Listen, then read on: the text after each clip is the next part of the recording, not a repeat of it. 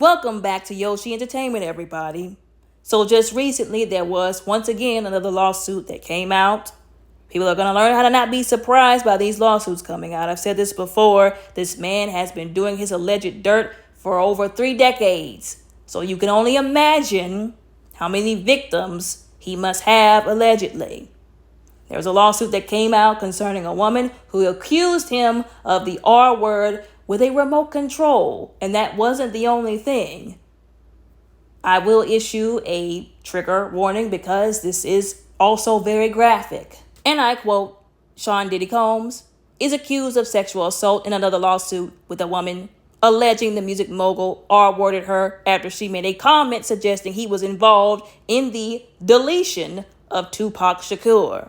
The woman, Ashley Perham, alleges that Combs R-worded her in March of 2018 in an apartment in Orlando, California. According to a copy of the complaint filed in U.S. District Court in Northern California obtained by People, Perham alleges that she was with a man also named as a defendant in the suit in February of 2018 who was FaceTiming Combs. Perham said she was not impressed with Combs because she believed he had something to do with the deletion of the rapper Tupac Shakur.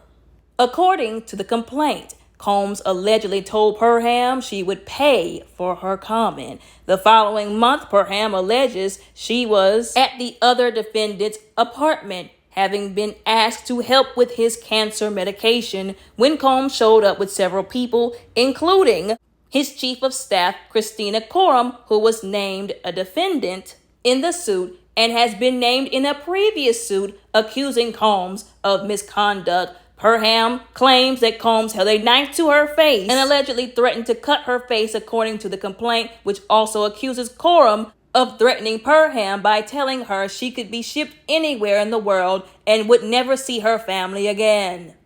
End quote. Now, apparently, People weren't able to reach Coram or an attorney for a statement concerning this situation, which is a bit questionable. Somebody's making some serious allegations about you and you can't even take the time of day to say, oh, that wasn't me. Nah, I didn't do that. I would never do that or anything at all. And I get it. Some people say, well, you don't have to give an answer to everything. But no, I think you need to open your mouth about something like this. This is serious. Anyways, though, and I quote, after Coram and another unidentified defendant left the apartment, Perham alleges in the complaint that Combs violently R-worded her with a remote control and told her that her life was in his hands. The complaint alleges that Perham later went to the Contra Costa sheriff to report the alleged R-word and mentioned Combs' name to no avail, which led her to assume she would not be believed if she used Combs' name. End quote. Now, allegedly, they reached out to the sheriff's office but have not gotten a response yet, to my knowledge. Now, let's just dissect this for a moment. I feel like a lot of people were making fun of this woman, which is really messed up and sick and twisted, considering what happened to her. And I've said this before, we have a lack of empathy problem in our society and our community, clearly. On top of people kind of scoffing and mocking the remote control detail, they were basically making her crazy or making her seem crazy for going over to her friend's house. It's my understanding that she knew this man. She thought she could trust him. She made a general statement about a celebrity she had the right to make. Everybody talks about freedom of speech, but then when they call your favorite celebrity raggedy, everybody wants to be mad. So what happened to freedom of speech then? Is it only freedom and you're okay with it when you're talking crazy to somebody? Just because she said she felt like he had something to do with that, which literally everybody does anyways, allegedly, does not mean he had the right to assault her and brutalize her the way that he did. Because I know right now somebody's saying, oh, well, you shouldn't have said that. No, he shouldn't have been so less of a man that his pride got wounded to the point where he felt like he had to do something to get her back for what she said. And if the shoe didn't fit, why did he get so angry? Why did he respond that way? Why did he react that way?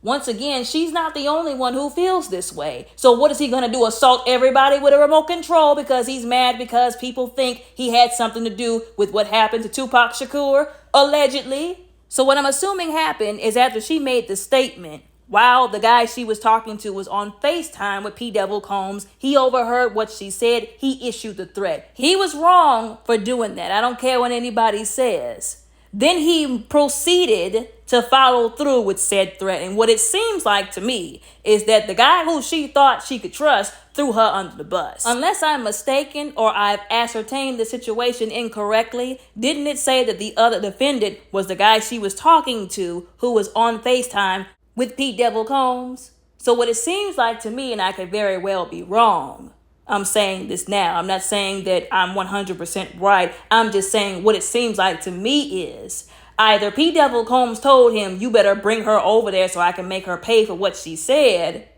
only according to what he's been known allegedly for doing to people, bullying them and threatening them into doing things they don't want to do. Or he said, I'm going to get her back for what she said and you're going to help me. And he went along with it, either because he wanted to, or because he was scared and he did it out of his fear. Or by some crazy circumstance, it just happened to be a coincidence, which I told y'all I really don't believe in.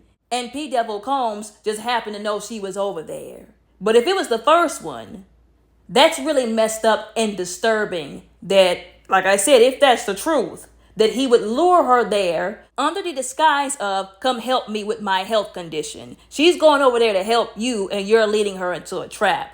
Allegedly, like I said, this could very well not be true. These are just my thoughts and opinions on what could have happened, how it could have led up to that. So once again, people are saying or making it seem like she just went over to his house to meet with P. Devil Combs, but that's not what it seems like to me. It seems like this woman walked into a trap unbeknownst to her.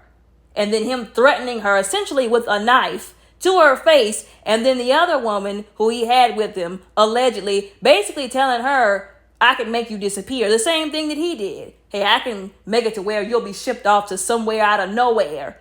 And you'll never see your family again.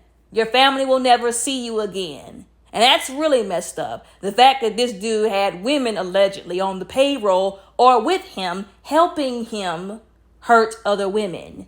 You would think that the woman would be a woman's woman and be like, I don't want to do this. Or, I'm not going to do this. And maybe deep down inside, she didn't. This could have very well been a situation where she was being forced to do what she was doing as well. But some of these people, we've got to accept that they helped him because they wanted to. They were just as sick in the head and heinous as he was. Allegedly, these are my thoughts and opinions. Now, his lawyers are lawyering, so to speak. And I quote, these swirling allegations have created a hysterical media circus that, if left unchecked, will irreparably deprive Mr. Combs of a fair trial if they haven't already, Combs' attorney wrote, end quote. And that's just absurd. A bunch of word salad to basically say, oh, if these people don't stop talking, it's going to mess it up for him at the trial. There's no amount of us talking that could ever do that. The judge is still going to do his job. The evidence is still going to do its job. The people who he hurt allegedly, y'all know I got to say allegedly, are still going to come forward. Them saying he's innocent is not changing anything that he's already done. It's not changing anything we already know about him, how we already feel because of what he's done. Once again, he's in this predicament because he put himself there. Once again, all these people coming out of the woodwork talking about, oh, some of these people have got to be lying. Some of these stories are a little too specific to be lies. At least that's how I feel, me personally. I can see if somebody had hopped up and they just kind of piggybacked off of what somebody else said, so to speak. Like if they heard somebody file a lawsuit. Remember we were talking about the baby oil? And they said, oh yeah, I went to a Diddy party back in the day. I can't remember what year, but I think something might have happened with me and the baby oil. I can understand you being questionable of that person, honestly. But whenever their allegations, the lawsuits, what they are saying in here are this specific and this specific to each person, but they still have something very in common. P. Devil Combs bullying people, threatening them, brutalizing them, spiking drinks or something else. But the stories are very different and specific to each situation in person. Once again, not everybody is lying. Some of these people who keep trying to say that all these people are lying need to look in the mirror and admit that they're the ones that are in the wrong. That they have a lack of empathy, a lack of humanity for their fellow individuals here in this world. They need to admit that they are wrong when it comes to these celebrities. Stop it with the celebrity worship. Some of them need to gain some common sense and wisdom. And most of all, we all need Jesus more than we need our next breath. I'm not going to forget to mention that. But some of these people have got to wake up out of this fantasy land or delusion land that they're in right now. Anyways, though, this was very disturbing to me, very saddening. Once again, I hope all of the victims get their justice, and I hope he goes away, P. Devil Combs, for a very long time.